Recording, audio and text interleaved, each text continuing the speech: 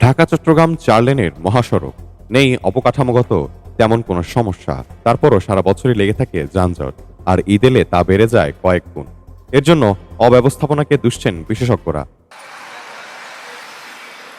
ঢাকা চট্টগ্রাম মহাসড়কের দীর্ঘ যানজটের এমন দৃশ্য প্রায় প্রতিদিনের, আর ঈদ এলে তা বেড়ে যায় আরো কয়েক গুণ। কখনো কখনো এমন মনে হয় যে ঘন্টার পর ঘন্টা ঠায় দাঁড়িয়ে থাকতে হয়, অথচ তার কারণও জানা নেই। দেশের সবচেয়ে ব্যস্ত ও গুরুত্বপূর্ণ অর্থনৈতিক করিডোর এই মহাসড়ক।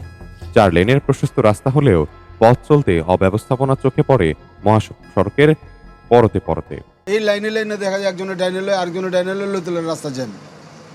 এই জায়গায় জ্যাম খাটা শেষ, আবার সামনে গিয়ে আরেক পাম্পে গিয়ে দিয়ে একই অবস্থা। সর্বোচ্চ আমরা ৮০ এই স্পিডটা আমরা মেনটেন করি, বাট ফিটনেসবিহীন গাড়িগুলো সেগুলো হচ্ছে ৬০ ৪০, মানে এগুলো স্লো হওয়ার কারণে এটা একটা লম্বা জ্যাম লেগে যায়।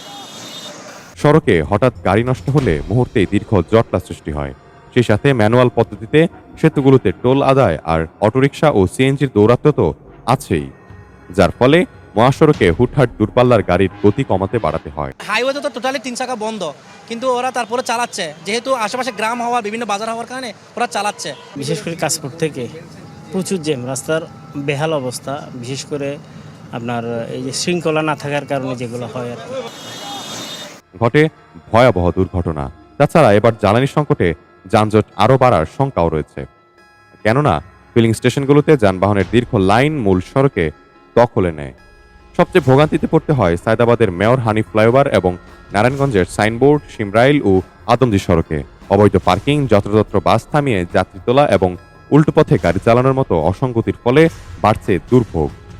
ঈদ এলেই যানজট নিরসনে সড়কে নীতি নির্ধারকদের দৌড়ঝাঁপ বেড়ে যায়। সংশ্লিষ্ট মন্ত্রী জানান, অতীতের তুলনায় এবারের ঈদ যাত্রা হবে অনেকটাই নির্বিঘ্ন। কোর্ট আছে, পরিচালনা থাকবে। ঈদ উপলক্ষে একটা বিশেষ প্রস্তুতি আমরা নিয়েছি।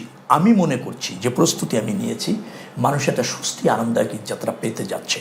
সড়কে শৃঙ্খলা নিশ্চিতের পাশাপাশি আইন বাস্তবায়নে সরকারকে কঠোর হওয়ার পরামর্শ বিশেষজ্ঞদের। তাইফুল ইসলাম, ডেস্ক রিপোর্ট, দেশ বুলেটিন।